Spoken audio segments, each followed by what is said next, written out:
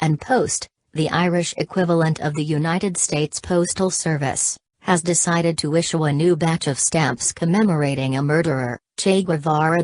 Guevara was a Marxist revolutionary who aided Fidel Castro in his rise to power. Once Castro was leader of Cuba, Guevara was appointed head of La Habana Fortress prison, where, according to History.com, he had between 156 and 550 people extrajudicially executed. British historian, Nigel Jones, writes in The Telegraph, but a glance beneath the surface glamour of Alberto Cortes's 1960 beret and curls photograph of Guevara is enough to expose the less than romantic reality. At the time he posed for Cortes's camera, Guevara was jailer and executioner-in-chief of Castro's dictatorship. As boss of the notorious La Habana prison in Havana, he supervised the detention, interrogation, summary trials and execution of hundreds of class enemies.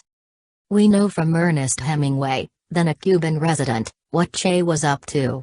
Hemingway, who had looked kindly on leftist revolutions since the Spanish Civil War, invited his friend George Plimpton, editor of the Paris Review, to witness the shooting of prisoners condemned by the tribunals under Guevara's control. They watched as the men were trucked in, unloaded, shot, and taken away. As a result, Plimpton later refused to publish Guevara's memoir, The Motorcycle Diaries. In 1966, Guevara left Cuba in order to spread the message of revolution. During his attempt to get the people of Bolivia to overthrow their government, he was apprehended by the Bolivian army, and executed in October of 1967.